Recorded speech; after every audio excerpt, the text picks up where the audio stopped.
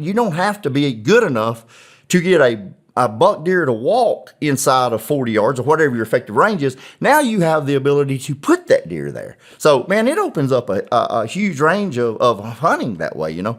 And for guys that are rifle hunting, it's astronomically more successful, you know. You may go 10 trips and not call one in.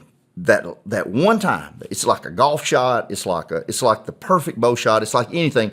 Once you see it work, once it happens, you're hooked.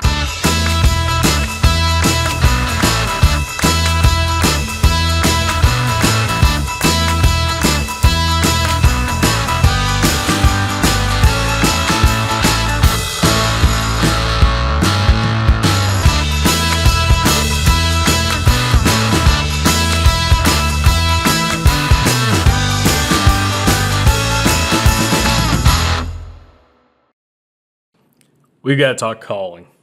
I know we're on a time schedule, so we got a little time. Let's talk calling. We've got to talk calling. By the way, I love your advice though on the confidence and building success, no matter what it is. I think that's a huge aspect on life. But calling again, one of our most popular episodes we ever did with you, or ever did. Period, was your calling episode.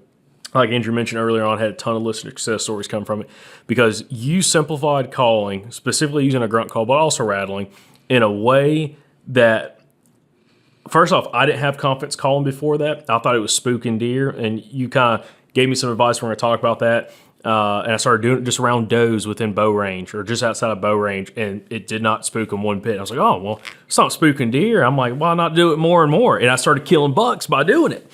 Actually, I've called in a bunch of deer the last 4 years. It's fun, isn't it? It's awesome, man. Confident. Yeah, exactly. So I want you to talk to us a little bit about the evolution of calling for you. Like, you kind of mentioned early on how you got that first grunt call, but how did you start implementing grunt call, or using a grunt call and building confidence with it in the different timing of the season and the setups?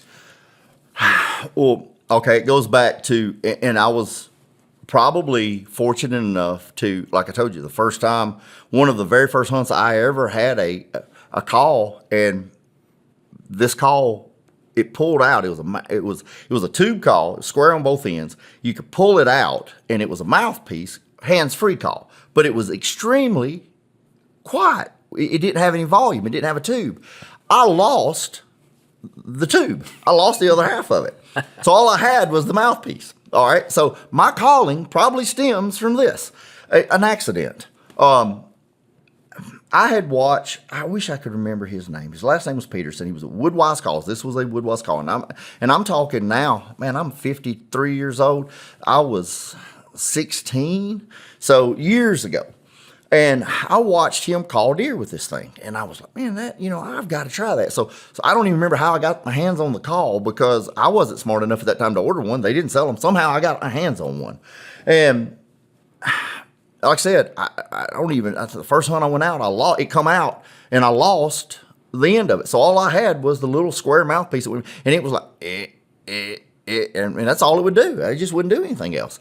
And I was sitting on a fence row watching and this was before I knew anything about feed trees or hunting. I was on Armadillo Trail, I'm certain, because this buck did not come out this trail. I'm on this trail coming out of the woods and into this grass field, and looking back on it, I don't think there was deer tracks there. I think it was just a trail, all game trail probably. But anyways, I looked up and there was 3, 4, 5, 6 does, 100, 150 yards out in this grass field, and I'm hunting. I'm not hunting a buck. I'm at this. This is my very first year, and I've killed that one that I shot the last one on, and it's Christmas Day, and a friend of mine's dad carried us up there, and he was crossbow hunting, and I was blowing this call at those doe, and they couldn't hear it. I was up there, and they couldn't hear it. Well, man, I hear just and it stops. And I'm sitting there, I'm like, and I hit this call, it gets a little square call. And this dude comes. When I see him coming, I thought it was a big doe. When I shot it, I thought it was a big doe, to be honest with you. But he jumps, he comes charging through, he's stomping through the woods. First time I'd ever seen a buck do that. I didn't, now I know the sound. But back then, it was just a deer coming out. And he pops right out in this old lane I'm sitting on, and I center punch him, and thought it was a doe. And, you know, I thought, well, she came to that call, you know, that was cool. And she did, he popped out there just looking around. Well, when I got to him, he was about a 3-year-old buck. That's what they told me. Now, I don't know where he was. Now, we had to get him tagged back then. We had to go to a tag station. They said he was a 3-year-old, but he had one spike about that long. And he was a big-bodied deer compared to anything else that I'd killed, because I think at that time maybe I'd only killed does and 1 or 2 other bucks with a shotgun, you know, jumping them in thickets. But that was my first buck with a bow, was a 1-horn spike. And so, man, I went back out and blowed that call, and there wasn't grunt calls on the market at this time. And, you know, nothing. They wasn't hearing it. They couldn't, you know, I just got lucky, and he was close enough to hear that call. Well, somewhere 2-3 years later, grunt calls kind of started coming out. Well, when you watched them blow them or anything about them, it was and I'd go out and get over I used to hunt grass fields a lot. There was a lot of deer in those grass fields. I'd climb up in the grass field, and I'd get up there and I'd get still. And I'd take my horns and I'd slam them together like I seen them do on TV, or I was told, and I'd see deer jump up and run 300 yards across that grass field. And I said, well, that didn't work. You know, or I'd go to blowing that grunt call like they did at a deer standing out, you know, 150 yards out there, and that dude throw his head up and he'd tuck tail and run. Well, I quit calling too. Rocked along there about a year or something, and I wanted to call. I was like, man, I want to call. So I found me another one of those calls. I actually bought me a new one. I'd lost that one. And I carried it out. And even with the tube, it was still not a loud call. It was way quieter than anything I was blowing.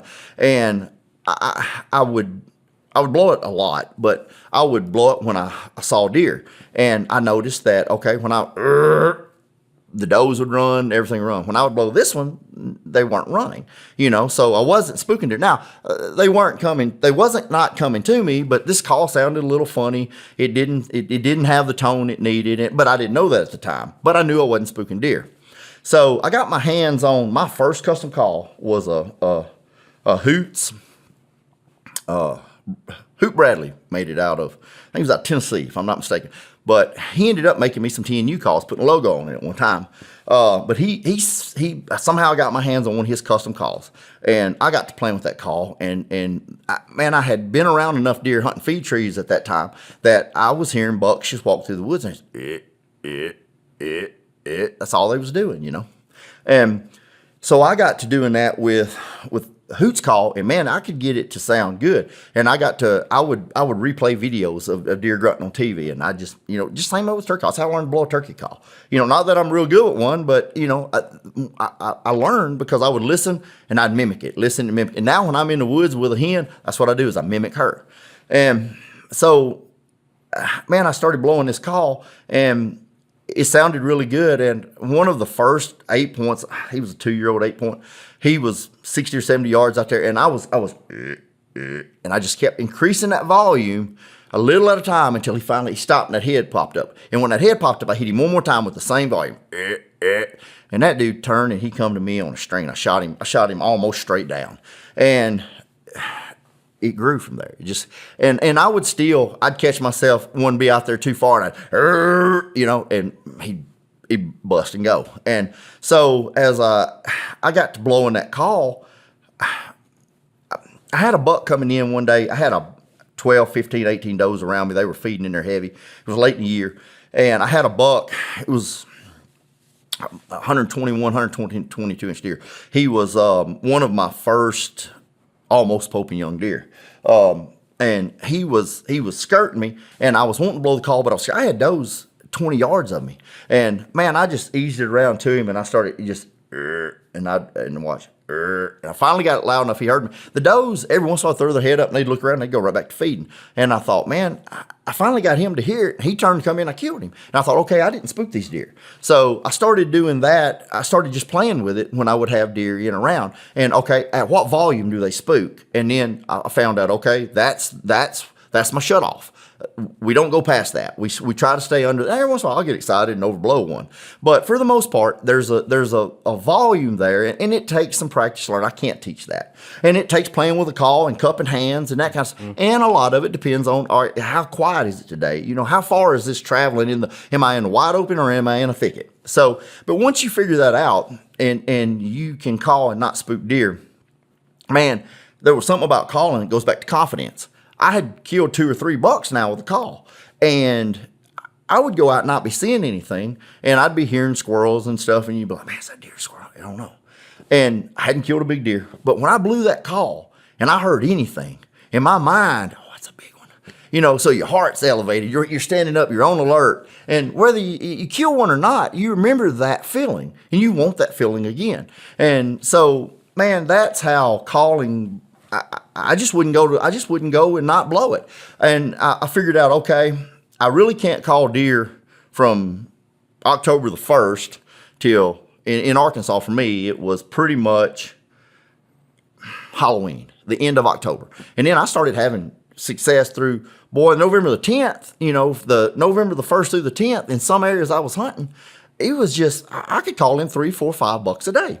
Well, other areas, it was December when I started doing it. And then I started implementing that into, I wanted to rattle. I was like, man, I see them do it on TV. I want to do it.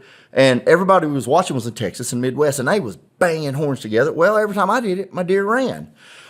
And I was sitting in a tree one afternoon, and I watched 135, 140, two of the biggest deer I'd ever seen at this time, fight. They got in a fight about 55, 60 yards from me. Back then, I could shoot 30 yards, And I watched these deer fight for 7 or 8 or 10 minutes. And all I ever heard, I remember 2 big bucks. I could hear them pushing. I could hear sticks popping. And every once in a while, I would hear click, click, click, click. Or I'd hear them pop loose. Click. And then they'd go back together, and you'd hear them bump. And then it was just click, click, click, click. And I thought, man, I got my horns out. As soon as they left, I got my horns out, and I started trying to do that. And instead of banging them together and rattling them like this, I put those horns together. I got them, 2 inches apart, and I hit them, pop. And then I just grind them. I just make them slip. All I do is just put a lot of pressure on the 2 and make them pop. And I was making a noise every 45 seconds to a minute. You'd hear them pop, grind. And the rest of the time, you might not could even hear them. And then I'd slide them apart, and I'd slide them back together. And I started calling deer. Well, I started doing it when I had deer out there at 100 yards. I wasn't spooking deer. So now I can rattle and I can grunt with no fear of spooking deer. And so it's not costing me deer on my hunt. So now I do it all the time. And man, deer's like people. There's passive people, men in this world that you couldn't get to come to a jukebox, a cold beer, or a fight, and then there's some that's gonna run to it.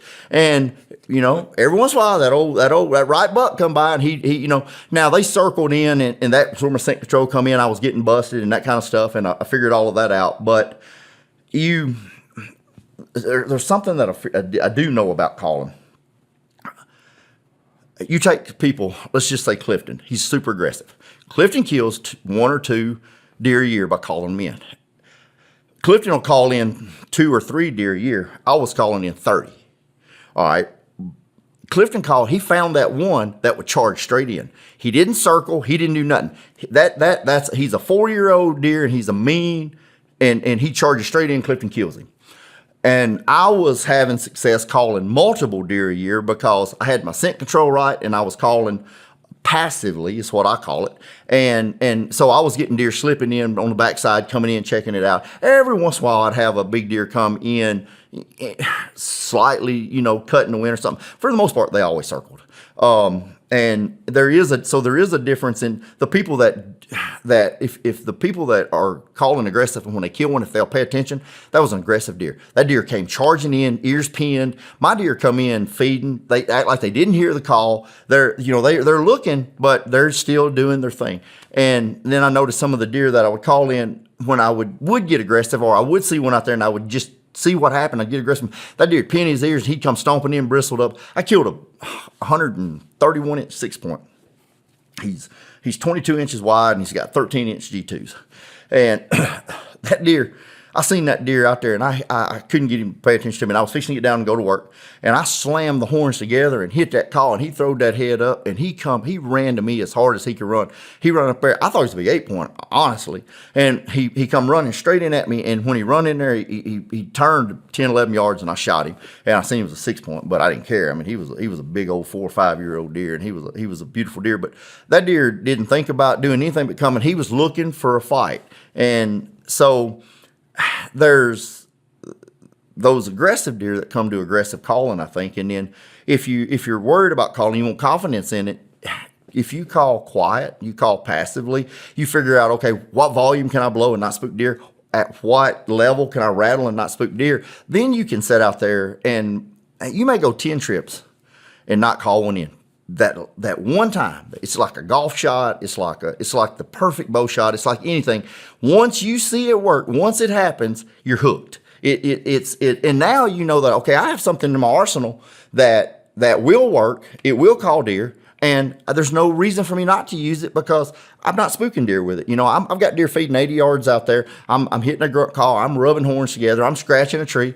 They'll look up. Don't move when they look up. Let them go right back to doing it, and now you've expanded your range. Now you don't have to be good enough to get a buck deer to walk inside of 40 yards or whatever your effective range is. Now you have the ability to put that deer there. So, man, it opens up a huge range of hunting that way, you know. And for guys that are rifle hunting, it's astronomically more successful, you know, because I don't know how many deer I called in that you know, I just did not get a shot at because they were too thick, too much cover, you know, just didn't come all the way in or something with a rifle. I could have, you know, taken easily. So, you know, guys that do rifle or muzzleloader hunt, it's a tool that can exponentially raise success.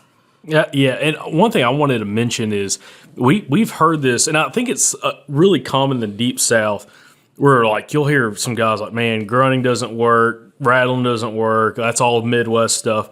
And I think it's because a lot of guys have tried it, like what you did, saw these guys in the Midwest being crazy aggressive, loud grunting, loud rattling, and they tried down south, and they scared the fire out of everything.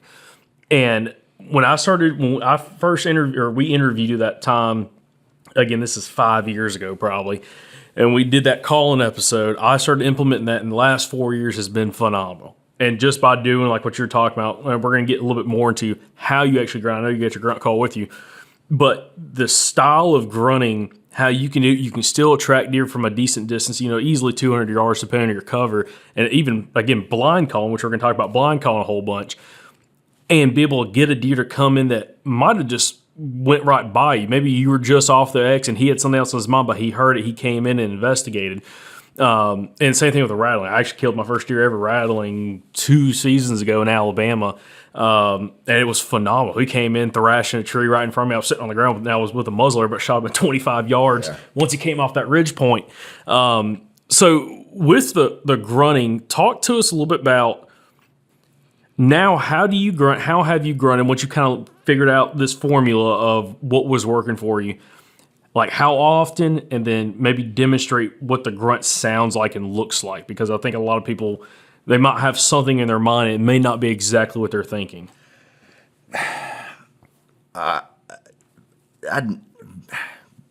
Every 10 minutes, sometimes I call for 30 minutes straight. I'll put that call. There's a lot of times I'm ADHD. I get bored easily. This is something that I can do. It makes me proactive in a stand. And like I said, you don't ever know when the next time you hit it, because during the rut, it works so much better pre-rut and post-rut. Now, we'll touch on the rut. That deer right there, I actually called the doe. That I think this is what my opinion of what happened was. He was running a doe hard. He had run her out. He was running her out along the swamp, and he was running her hard. And I knew he wasn't going to pay attention to me. And I was blowing and blowing, and she stopped. And I just happened to be fixing to blow the call, and I blowed, and she turned and ran as straight to me as she could run. And after breaking, I shot him at the base of my tree. I mean, straight down. And after breaking, and I'm that guy that when I have success or I have failure, why did I have that? Why? What happened? What was the defining factor in that? So I kept piecing that together, and I was like, okay, what happened? I think that she wasn't in heat. He was running her. When she heard me blow that call, she thought I was another buck. In her mind, she'll run that buck by me. The 2 bucks will get in a fight. She'll run away. I've had that happen 3 or 4 more times in life to where I finally got the doe to hear me, and she turned and come straight to me. And, well, he's coming too. So I think when that happens, and that was an aggressive call. That was a loud me getting attention. He wasn't paying any attention to me, but I think she's not ready to breed, and she thinks, okay, I'm going to run by him, and I'm going to get these 2 bucks in a fight and get away. That's kind of what I come up with on that.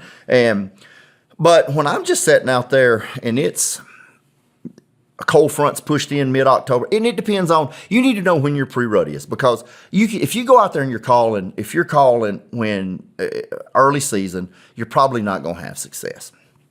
When it gets right, and you know your I tell everybody, when I start grunting, the moment I start seeing bucks walking with their nose to the ground, or I start finding the little scrapes, the moment bucks start being bucky, then I'll start blowing a call. Now, and I blow it often, and what I do is just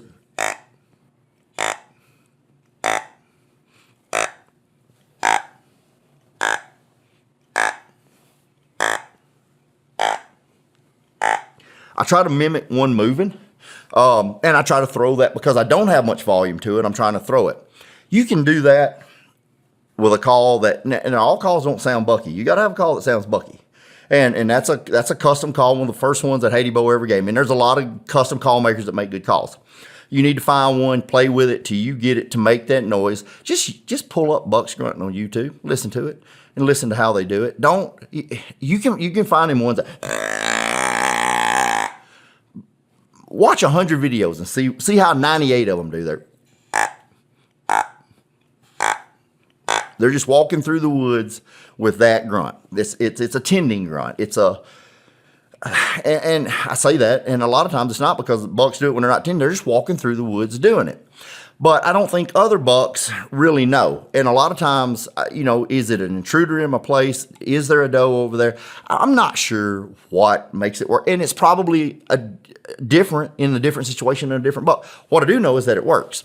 And when you blow that call like that, and I'll tell anybody that's skeptical, everybody, if you want a call and you're scared, take that call. Learn to blow it.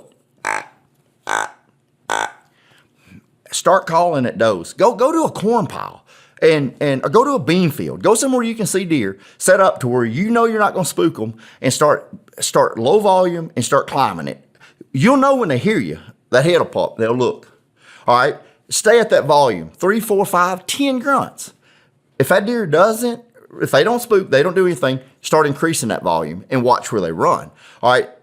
Do that 4 or 5 times, and then you know that you go,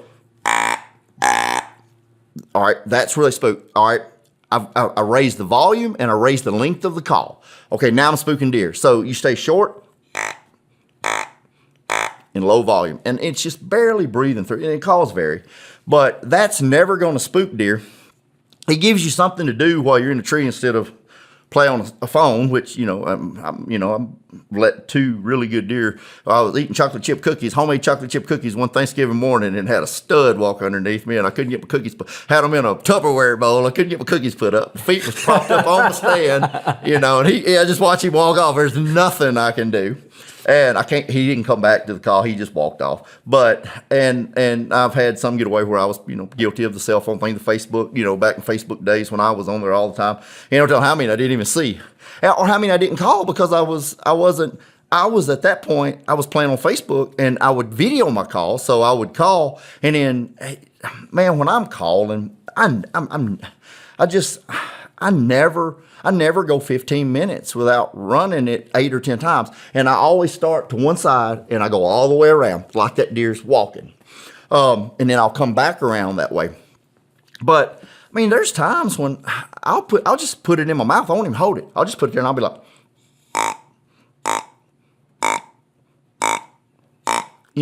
and I may blow it for 15 or 20 minutes because I'm not spooking deer. And when you have bucks that are, when you see them walking, when they're nose to the ground and they're traveling, they're in that mode. You never know at what 10-minute interval that one's going to be 100 yards from you that you can't see. And if you're in wide open woods, it's not going to be effective. But if you can get around blowdown, storm damage, creeks, field edges or grass field edges, anything, pine thickets, anything that gives you some cover. And because, man, a 250-pound buck deer can a 2-pound squirrel sound like an elephant. A 250-pound buck deer slip by you and you never know he's there in the loudest timber there is. So for me, it gave. I went from doing the exact same things, hunting the same ways, hunting feed trees. I went from being unsuccessful at calling or not calling and seeing 6 or 8 bucks a year to calling very regular and seeing 6 to 8 bucks a day. I mean, I've had 10 and 12 buck days many a times where I've called in 10 or 12. Now, the majority of them was year and 2-year-old bucks, but okay, man, I'm calling in bucks, and then the occasional 3-year-old, and then, 3 times a year I call in that 4 and 5-year-old. And people say, well, why ain't it working on the 4 and 5-year-olds? Well, because there's not 4 and 5-year-olds out there. I can't call what's not there. There's a whole lot of 1.5 and 2-year-olds. So it goes back to and if you're not calling when he walks by, he's not going to hear you. And I rattle, man, it depending on the time of year. When I tell people to start rattling, when I start seeing aggressive rubs, that's when they first start showing up in an area, or if I'm walking through an area and you see those fresh aggressive rubs. And I mean an aggressive rub is when it's beat up and down. It ain't got to be big. It can be as big as your thumb, but it's broke. It's tore up. He's aggressive. There's 2 things going on. That's an aggressive deer that is probably going to respond to a call, and now it's time. And that shows me that. It shows me that, hey, I just found an area that's got an aggressive buck in it, and he's ready to do bucky things. So that goes back to confidence. Now I know that, hey, I'm in the area with one that wants to play the game. So, and now he may be a 2-year-old or he may be a 3-year-old, but he's still one of them that's going to play the game. And man, 6 out of 10 times I'm going to call that buck up. And it's a lot of fun when that's happening. And so it was with me, a trial and error thing. Anybody that's followed me through the page, they know. Anybody that follows me in my business, I mean, I run thermal imagers on. When I tell you something from an insulation, I own an insulation company. So when I tell you something from an insulation standpoint, I'm not guessing. I'm not telling you what a manufacturer or salesman told me. I went out and put a thermal imager on it. I know at what temperature it does this. I know how much insulation you need and don't need. I don't listen to YouTube and that kind of stuff and get my information from. I'm that guy that, okay, let's go see. Let's test that theory. And I tested all of my theories before I ever started talking about them. So, and there's 100 different ways to do the same things I do, but the things that I do and I talk about are things that I've gotten wrong way before I ever got them right, And I just try to keep people from having that long learning curve that I did, because if you can pick a grunt call up now and go out there and say, okay, man, this redneck down in Arkansas said if I do this, it's going to work. And then, they actually start out right, because most people, they blow a grunt call. I'm not saying that don't work some of the time, but I promise you it scares a lot more deer than it calls in. And that's not going to ever scare a deer. That deer can be standing underneath you. If he does not see you, it will not spook him, because it's a deer sound. That's not necessarily a deer sound, and that's what it goes back to, the horn rattling. When you slam them together, I think they run from the initial bang. And out west in Texas, they're calling deer from a long ways off. And in Arkansas or the pine thickets of Alabama or anywhere, tight quarters, you don't have that. So when you can grind those horns together, it takes away your chances of spooking your does, your young bucks, or whatever, and it puts a confidence in you that, man, sooner or later, you keep putting those horns together like that, you keep running that call, sooner or later, you're going to see a 3 or 4-year-old buck that responds to it, and then you're hooked. I mean, once it happens, you're hooked. So on the podcast, y'all hear us talk all the time about finding overlooked spots, especially when you're hunting a hunting club or public land. But what about when you're in the market to buy property and you're trying to find something that's overlooked that not everybody has access to? And that's when trying to find a property that's offline comes into a huge factor, and having an agent that can help you do that, like Slade Johnson. So Slade, what is an overlooked or off-market property, and why would somebody want to try to purchase something like that versus what's available to everybody online? Yeah, so what I've seen with real estate is there's a lot of properties and landowners that are willing to sell, but they don't want to list their property, especially the really nice tracts that maybe they don't want people to know what kind of deer they have on their property. So it's kind of just word of mouth through agents. And what I've done is really build a database of offline tracts that can be bought in the Southeast. Obviously, Alabama is my core area, but whether that's Tennessee, Mississippi, Georgia, we've got landowners that have property that can be bought. So if you're looking for something that's special, it's a good chance we can help you find it before it hits the market. Yeah, if you want to have the opportunity to kill really world-class deer, but deer you would probably go to Iowa and Kansas to go and hunt. You can actually find it in the Deep South, and Slade actually just showed us a property that is off-market, but they are killing giant deer every single year. So it is possible for everybody. So if y'all have any questions, you can, of course, reach out to Slade. Slade, how would someone get a hold of you? Yeah, the best way is probably just give me a call.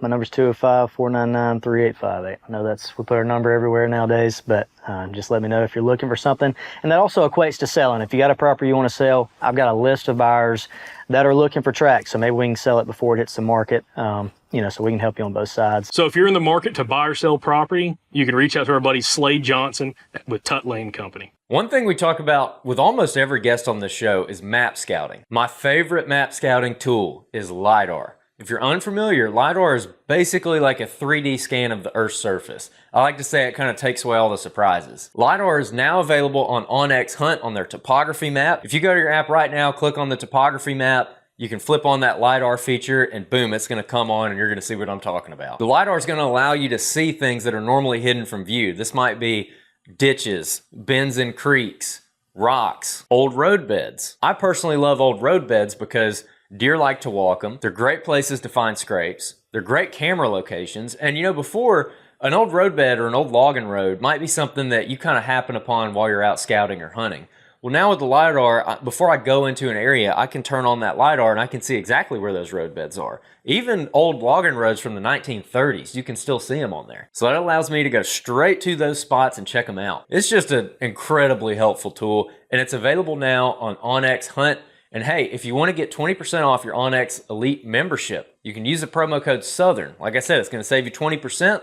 Go check out that LiDAR feature. You'll be glad you did. Know where you stand with onX Hunt. Everybody needs a great pair of binos, and if you're looking to get you a better pair of binos this fall, check out the Viper HD 10x42s from Vortex Optics. These are quickly becoming one of my favorite pair of binos because they're lightweight, they're fairly compact, and they have great glass for the price point. So if you're looking for premium glass without the premium price, check out the Viper HDs from vortexoptics.com.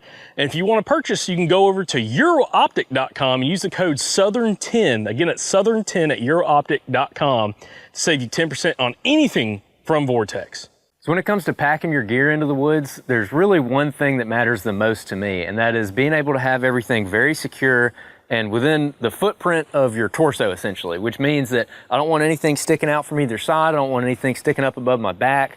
You just want to keep everything really tight, close to the body, so you're not snagging on things when you're walking through the woods. To do that, it's important to have a backpack that has a lot of options for how you can attach things to the pack. This is the Ranger 22 and Ranger 33 from Latitude, two of our favorite packs. And the reason I like these packs is because they've got two straps that go across the body of the pack. They've got this panel that goes over those straps, and then you also have straps on the bottom of the backpack as well. What that allows me to do is I can attach my sticks and my platform in a variety of different ways that keeps everything very secure and kind of covered up. Like you can see, I've got my platform right here covered with this panel. Again, that keeps it very tight and it keeps it close to my body where nothing's hanging out and snagging on briars or vines or anything as I'm trying to make my way to the stand, which keeps me quiet and keeps me from getting aggravated when I'm walking through the woods. So I personally like the Ranger 22 a lot. The Ranger 33 is a slightly bigger pack. It's a really good option, especially as you get into later season. If you want a little bit more room, it's going to make it easier to carry things like bibs or any extra layers that you're going to need for cold weather. So you can check both of these out at latitudeoutdoors.com. Yeah, and I was going to say this. Some people are like watching or listening to this that haven't heard our previous conversations on this topic of calling. some of them are probably like, oh, that sounds pretty good. I was like, I don't know about that. We have had hundreds upon hundreds upon hundreds of listener success stories from the episode we did with you about calling. And I'm one of them. I've had multiple success, but killing bucks and just calling in deer. And one thing, and this, because we get this question a lot of like, man, I wish I would do more episodes, not necessarily about killing mature bucks, but just killing deer. If your goal is to just kill you a rack deer, this is one of the best ways to do it. Absolutely. Absolutely. Like I said, my success rate went from 6 or 8 deer, a buck deer a season to some days 6 or 8 a day.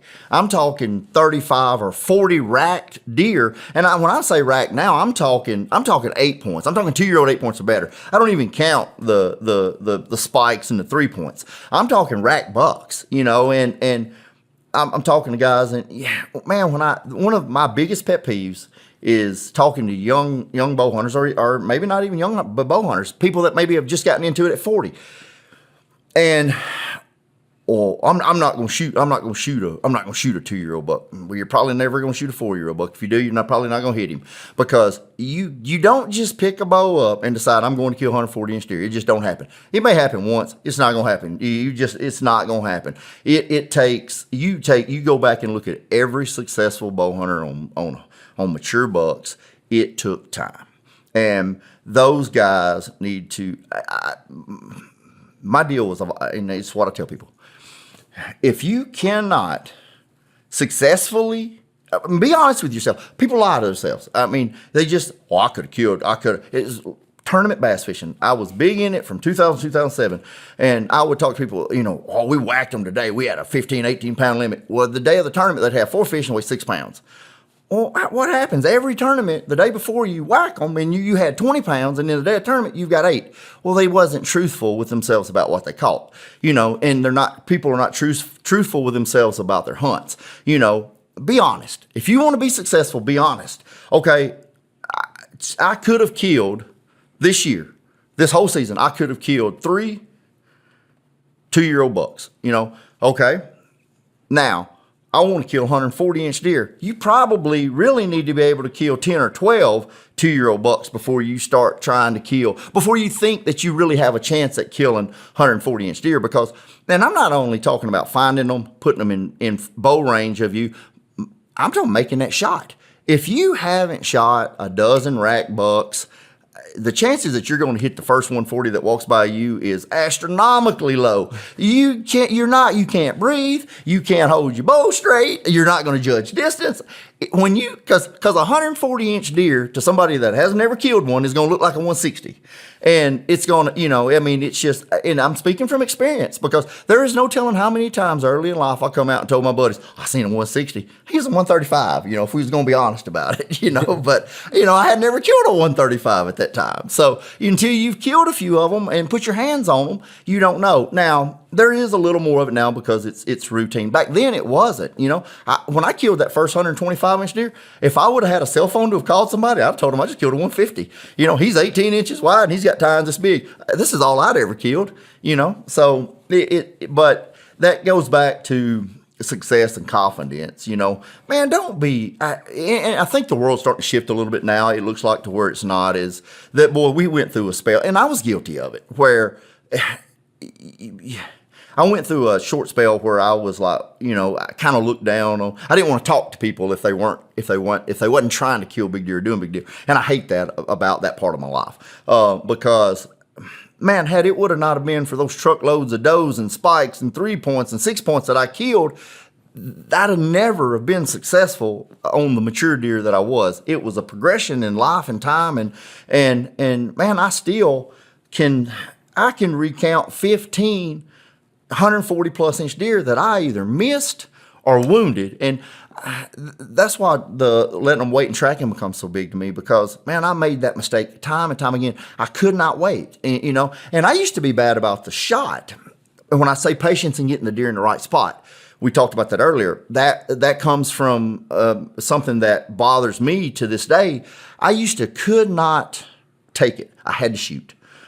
As soon as I saw a rack buck, I had to get that arrow off, and I would shoot them in the wrong angle. I would shoot them walking. I would shoot them too far. I would shoot them in stuff too thick, and then I'd be sick because I either missed or I let a deer get away. And it took me probably honestly 5 years and 7 or 8 racked deer before I ever figured out, okay, it's easier for me to go back and tell my buddies, hey man, I let that buck walk today. I just couldn't get a shot at him. Well, they're not going to believe you. Okay. Well, they're not. I mean, I don't believe a guy that comes out and tells me he shot a 160 and we go out there and we track blood for 16 hours and we don't find nothing at the end of it. I'm probably pretty sure he shot a 115.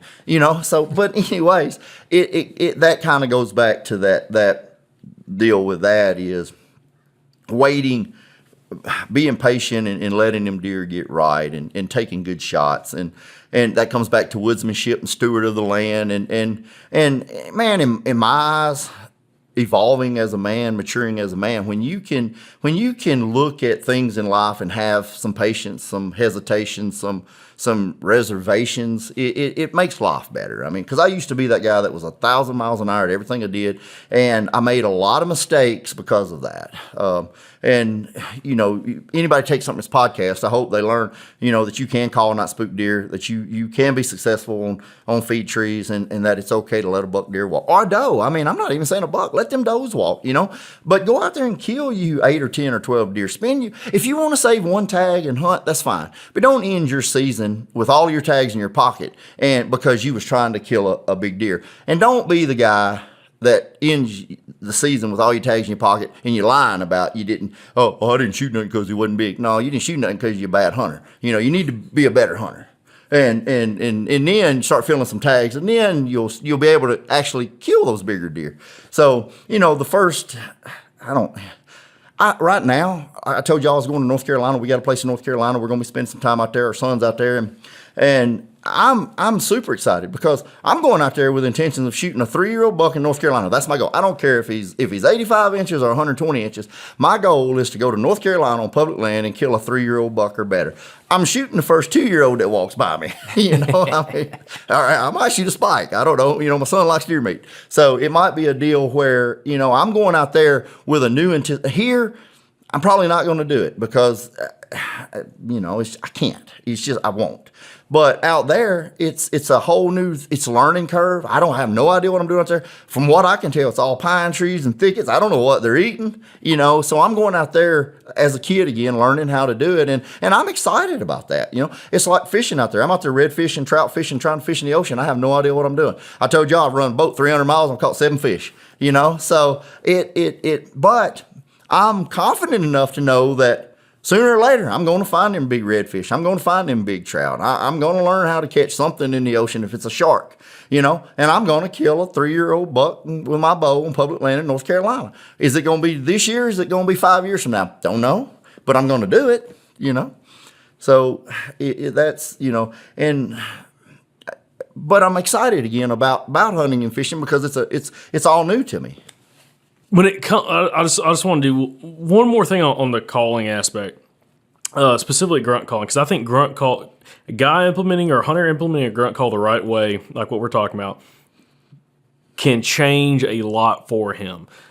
Specifically on not only building his confidence, but just getting more opportunities, seeing bucks and having bucks within range.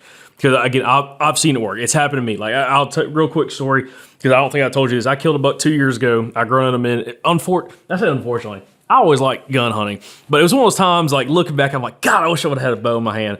Because I grunted him, and he came through the edge of a pine thicket and popped out 6 yards looking. And tall tines, bang, he got killed, dropped him right there. I went back to that same tree the next day, did the exact same calling sequence right at the crack of daylight, and I think it was 2 call sequences later, so about 30 minutes later, every 15 minutes calling, I could hear coming through, like sticks breaking, coming through that pine thicket. And all of a sudden, I see the bottom of some legs on the same tree I shot that buck on the day before, but he's like 5 yards further in, so he's like at 11 yards. I can see his brisket. I cannot see his head. Can't see what he's got for headgear. There's antler restrictions in place, and I wasn't going to ground check a deer. Right. But he finally just turned and just eased back off. I couldn't do anything else with that deer. But it is so fun when you can call and you have a buck come in. It don't matter if it's a spike or if it's a 160-inch deer. I ain't had that happen yet, except in Kansas. Different story, though. It is the most fun thing because you are deliberately doing something that brings a deer to you. That's right. You did it. Yeah. There's this aspect of when it takes a level of skill to be able to set up and put deer when I'm doing on feed trees. When I can set up and put them inside a bow range on a feed tree, it takes a level of skill to do that. But there is also a lot of level of aspects of luck that can be perceived into that. But when you're calling and that deer unmistakably comes to your call, there's no luck involved in that. You did that. You did that. You put that deer there, that deer. Now, I mean, some can argue and say, well, that deer was walking straight to you anyways. Maybe he was, maybe he wasn't. When I started calling and my numbers of bucks grew, I knew then, okay, I've never seen this many buck deer ever. These deer weren't just walking by me, whether I caught them out of their bed, whether I caught them walking further off or whatever. And when I kind of counting those numbers, I'm not counting deer that I think was a buck that was in a thicket 150 yards and I saw a tail. There may have been a few more bucks involved in that, but that deer right there, no, it wasn't that deer, but it's a deer that looks just like him. I saw that deer. I didn't know what he was. I saw that deer in a thicket, and I hit him with 2 grunt calls. He turned towards me. I hit him 2 more times those grunt calls, and he walked straight to my tree, and I shot him at 10 or 12 yards. And it was. I had just gotten a tree, and it was one of those deals where, had I would have not have been confident in that call, I'd have let that deer walk off because I would have been scared I would have spooked him or I didn't know what he was to shoot. And I just hit him with those 2 soft calls. And when he turned and looked at me, I seen he was a shooter deer or a deer I was willing to shoot. And I hit him 2 more times. He walked straight to me. And, that's, I don't think that you can, once a deer commits and starts coming to you, leave him alone. But I don't think that blowing a call that sounds like a buck deer walking through the woods, I don't think you're ever going to spook a deer. I think I could call with them all the way to the tree because I've called them up, let them turn around, walk off, call them. I called a buck in 7 or 8 times one day, and I was sitting in a tree eating chocolate chip cookies, and he'd walk off and I'd call him back. He'd walk off and I'd call him back. He was a 2-year-old buck, and he was an aggressive 2-year-old 8-point, and I was in an area where it was just beat up all around there, and he'd go out there and he'd paw and he'd whoop bushes, but I'd get the best of him, he'd come right back to me. Once you figure out the volume and that, hey, I've got to call the horse, not all calls will work. They just won't. I'm not knocking. You may get one out of Walmart, a plastic call that works, but my suggestion to everybody is get you a wooden call. To me, the wood calls just seem to work better. Solid wood all the way down seems to work better to me than a tube. I'm not saying the tubes don't, and I hadn't called them with tubes, but the solid wood calls seem to work better to me. And find out before just because you go buy, it's got somebody's name on it and it's a wooden call, it may be a production call. And there's just something about a hand-tuned call versus a production call. Find somebody that makes hand-tuned calls and get you one. I mean, you're going to pay, $50 to $150 for it, but it's one of those things where it's worth it. If it takes you all summer to get the money up to buy that call, if you want to be successful at calling, you got to have a good call. Get good tools. And when you go back to rattling, if you want to rattle, and I wish I didn't think about my horns. My horns are in lone oak. I like a heavy set of horns and I like fresh horns. A lot of people rattle with dead horns, and when I say dead horns, they don't have pop, and I don't think they work as well. I like to change my horns every 2 or 3 years. When I was really hunting calling, I would pick a deer every 2 or 3 years. I would pick a deer out that I called in and kill him for the horns, for rattling horns, and I wanted a wider set of racks that spun out, that wasn't tight and tall. And then I cut them off to make them to where you can just get that grind in that pop. Because all I want is to be able to put them horns together and slide them each other. I tell people all the time, if you're not getting cramps in your arm, you're not grinding them, and you will smell it. You will smell it burning. And when you can smell that, you're doing it right. That's the telltale sign. You know the wind's in your face, and you know that you're grinding them horns the right way. And as long as you're not slamming them and banging them, you won't spook deer. Pick those horns up, and when you've got a young buck or you've got does, just early season, take them with you, and you've got does out there, just put them together and start grinding them, and watch. You won't spook those deer. And if you're not spooking those deer, you're not spooking buck deer. And like I said, I don't know if we're calling 1 out of every 3 that hears it, or if we're calling 1 out of every 15. But what I do know is that there's something magical about them coming to a call, and your success on rack deer goes up exponentially when you're blowing a call. And when it comes back to how often do I call? All the time. Because if I'm not calling, he can't hear me. I blow it. I'm calling at such low volume that I figure 100 yards is my effective range on any given semi-quiet day. There's days when it's 30 yards, and there's days when it's maybe 150. But 100 yards is kind of what I figure my effective range is. And I like to set up. I'm always going to be hunting feed trees because deer are going to be there. Whether it's well, you're just hunting a bunch of does. What's a buck looking for? You know, when you go out, when you're a kid and you're going to a bar, what are you looking for? You know, young men, we go where what we're looking for is at. You know, if I'm looking for live bait for a trout line, you know, I don't go to Target. You know, so you set up to where you've got deer numbers and put that call to work, and man, you're going to have success with it. And it's one of those things that goes back to you can get away with a lot of. Now, I'm not suggesting you do it. But you can get away with a lot of things that go wrong. If you've got all day to hunt and you get out there and you get in a tree, whether it be daylight or whether it be 10 o'clock in the morning, and if you're going to call and you want to plant your butt in a tree and sit there and blow that call, because any mistakes that you made getting in are probably irrelevant at 1, 2 o'clock. If the bucks are up and they're cruising, you have an element of surprise that you don't have a lot of times when you're just sneaking in to hit a feed tree, because you have bucks that are up traveling. You know, you may call in a buck that was 2 miles away from you when you clomb that tree. So there's always that too. You know, you can, if you make a little noise or if something ain't quite right, or, you know, you don't even have to be in the perfect spot. Now, I always tell everybody, try to find the perfect spot. Try to find that spot. The more deer you're around, the more deer you're going to call. You know, that's just law of numbers, you know. So the more deer hear you, the more deer's going to come. And like I said, I don't know whether we're calling 1 of every 3 or 1 of every 15. My guess is it's 1 of every 3 or 4. And I think there's days when I have had multiple days over years where every rack buck deer that I seen from November 5th through November 10th in one WMA that I hunt, if I saw a rack buck, I was going to call that buck in, and there was a short window that worked, but it was just, I don't know what, it's just something about the timing in there that it worked.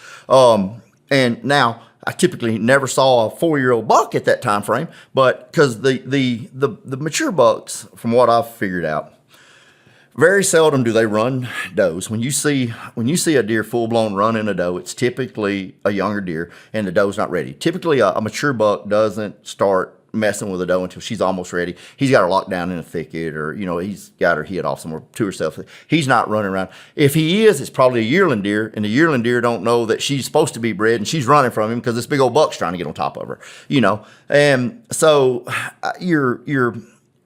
I've had the most success on mature bucks, 4 and 5-year-old bucks, post rut. Once the does are bred, now you've got a 3, 4, 5 day window. And in Arkansas, it's the first 10 days of December is what it's always been for me down there. Now up here, it's the first few days of November.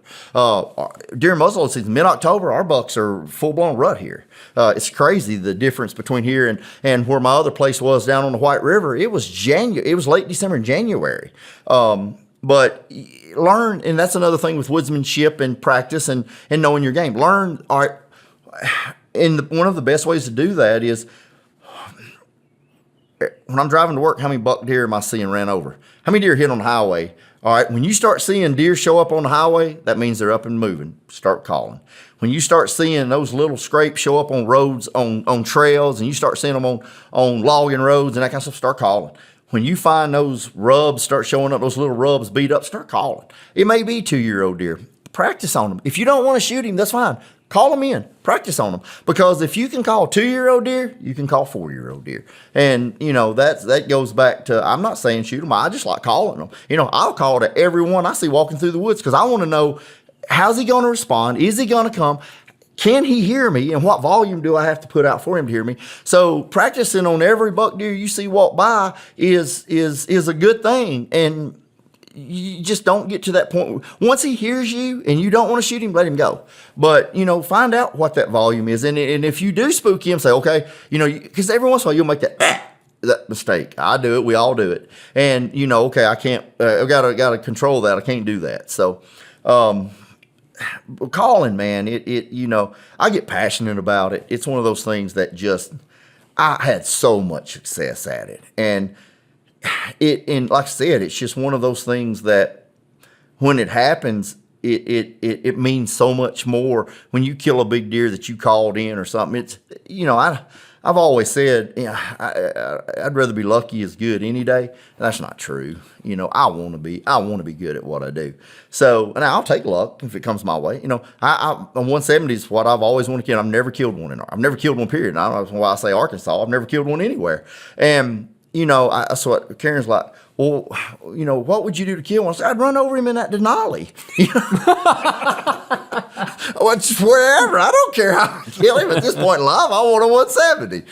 Now I'm not going to go headlight him or nothing like that, but if he steps out in front of that Denali, I'm probably taking him out, And I'll be truthful about it. Y'all, look what I ran over. I'm not going to go tell you I killed him with a bow, but I mean, it just kind of goes back to, where I'm at in life. But man, it's just something about blowing a grunt call and running a set of rattling horns that just, and you'll find those, I have days where I'll go 4, 5, 6 days and nothing responds. And, I don't know whether they're just not responding or whether they just, one didn't hear me, who knows? Don't care. Every time I blow it, I expect something to walk out, and you can hear a squirrel. I tell these people all the time, a squirrel, an armadillo, a bird, everything, when you're calling, everything becomes a 140 or 150 or 160. It's like, I see him. You just tell yourself that. And I've probably shot a few bucks I shouldn't have shot because I told myself that before he walked out, or that I wouldn't have shot had I would have really been thinking about it. But, it was all good. It was practice too. I got a quick question on the rattling antlers. You were talking about not wanting to rattle with dead antlers. Yeah. Have you ever done this, or have you ever heard of anybody doing this where they'll get a pair of antlers that's kind of starting to get a little dry, maybe they just sound a little different, and they'll soak them in water for like 24 hours just to kind of give them a little bit more like dull sound? No, I haven't. Now, I'll tell you, I found, and I don't know how old they was, but I found a set of antlers in the water one time. It was a 116-inch deer, and they didn't sound good. They did not have, they had a hollow, kind of a dull, low-end thud to them. Yep. Yeah, and I think for horns to really work, I think with anything, whether it's turkeys, birds, I mean, there's times you'll get away with anything, but it has to sound authentic. They know what it sounds like. And there's something about a fresh, sharp, there's a sound. Get a fresh pair of horns and pop them. Listen to it. And then when you don't hear that, just find you a different set, whether you have to buy them or whether you have to shoot something to get them off of or whatever. But I think to be successful, you want real horns. And I think the heavier set of horns that you can get, I don't want a little thin. Well, it doesn't matter where I'm hunting. If I'm hunting in an area that I think, has 115-inch deer, is a big deer, I still want a decent, because those little horns they don't have any, even when you're popping them, they don't have any volume or any mass or anything to them. And I don't think that your mature bucks I don't think they care about two-year-old deer over there fighting. I just don't think they really do. I think when they hear something that sounds like two mature deer, and I don't know whether they think there's a doe there. There's a lot of theories on it. I think a lot of times they're just coming to, what's these two deer in my area, I think that rattling becomes territorial more. I think grunting it's a social call. There's a lot of things that I think grunting will call deer that are cruising by that won't respond to horns. You're going to grunt in 20 to every one that you rattle in. And that goes back to what I was talking about, the temperament of that deer. It takes a deer with a certain temperament to come to a set of horns versus what will come to a grunt call. Just curiosity will get them with a grunt call, and not so much with a set of horns, because there's so many deer out there that they won't fight. You see another deer, you start toward them and they run, and then you'll see them start towards one and he'll turn back to them. I've hunted a lot of food plots late year, and watch a lot of bucks, and you'll have one aggressive buck in the field, and he'll run 5 off, and then one will walk out that he's like, okay, and then he starts walking sideways to him. Well, you're probably not going to call those 4 that he ran off, but you're going to call these 2 90% of the time. So, and that goes back to knowing aggressive rubs and that kind of stuff when you see them in the woods. You know, okay, I'm in an area now, and you could. I don't know that I've ever done it, but I think that a person could stop at that point, not find feed trees. If he was just buck hunting, you find an aggressive set of rubs like that in a thicket. A lot of times, you know, it's not really a rub line. It's a group of them in a small area where you just look and you can see a dozen and they're just beat up. I think that a person could just stop in an area like that if he was just calling and have a higher success rate of calling in a buck right there than he would have to then he would have to keep looking for sign. I think it would be worth a hunt anyways. I don't know that I've ever done that, but it's something now I think that I would, if I was walking and found that I would just set up on that and hunt it, especially if I was looking for a buck and not just trying to kill a deer. Yeah. Also, so another guy we've had on the podcast, I don't know if his episode will be up by the time this episode comes out, but Mr. Brad Harris, he's up in Missouri. He's a big grunt call guy. I mean, he's one of the grunt guys. And actually talked about he was one of the guys, if not the guy, that invented the grunt call back in the 70s. Yeah, I've seen Mr. Brad many a time. Well, he classifies using a grunt call is like making a cast, and he makes the association if you're gonna go fishing somewhere, if you know I had 5 hours to catch a fish or catch as many fish as possible, I'm casting as much as I can. And he says the same thing when he's calling and when he's deer hunting. He's like, I'm calling all the time, often, because I'm making casts. If you only make a couple grunts a whole hunt, that's like going on a fishing trip and only casting 4 or 5 times in 8 hours. Right. And he's like, why would you do that? Right. And I think that's such a good point. And again, if you're using the grunt call effectively from a lower volume, like I've explained on the podcast, and we demonstrated this, I think it was last year. It's like 20 to 30% volume, like airflow going through. Exactly. It's very light. Yeah. You're not spooking anything, but you're making those casts and you're trying to hook a fish, hook a buck, get a buck to come in. And also, like we talked about, it is just fun. Like once you start having some confidence with it, there is nothing more fun than, like you said, you just hear a sound, you think it's a buck. But when you actually are calling bucks in and having those encounters, whether it's something you want to kill or not, there is nothing more fun than that. Like you made that happen. And also I was going to bring this up. I think the episode that we did on that calling episode with you again, like 5 years ago, I'm almost certain I heard you said this phrase. If not, I'm just going to say you said it. Calling is a way to make your own luck. That's right. Like it really is. Yeah.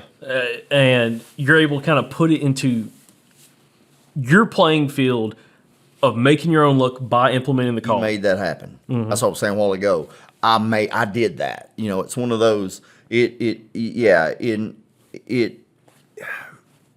sheer numbers of when it's going your way and it's going right, you see that, and then if the guys that really want to know the truth and are interested in being successful, getting better, document your hunts. How many bucks? How many deer did I see today? Be honest. How many? What were they doing? Ask yourself why. What were they doing? Did they spook? Did they not come in? And then if go back and think about it. Okay, if I hunted 10 times the last 3 years on 10 hunts, how many deer was I seeing? And then when you start calling for 3 years, implement that and say, okay, how many am I seeing now? And you will see once you learn that. But you really need to take that call and blow it around does and stuff until you know that you're not spooking them. Because if you're just until you know that you're doing it right, you don't know, And so blow it around does. Get you some does out there feeding and start blowing that. Just start hitting it. And if they're not spooking, that's how you need to be calling on a call off. I mean, if you're not spooking those does, you're not spooking anything. So, I promise you'll see your buck. Them rack bucks are going to start showing up, and you'll know then that, okay, I am calling these deer. Whether they walk by feeding or whatever. Okay, I hunted the last 3 years. I've seen 6 bucks total. I've seen 6 bucks in November this year. That's because you're calling. Exactly. And it makes a big difference. And then once you realize that, you're like, yeah, I want to go hunting today. You'll wake up and it's those days when, man, the air's right, everything's right, and it's the time of year. You're like, oh, I got to go call. I'm going to call a buck in today. You can't wait to get off work, or, you make your wife mad and your kids unhappy and your boss don't like you, but it's time to call a buck, man. I got to go. Well, Richard, I think that'll be a point of kind of wrapping up the interview.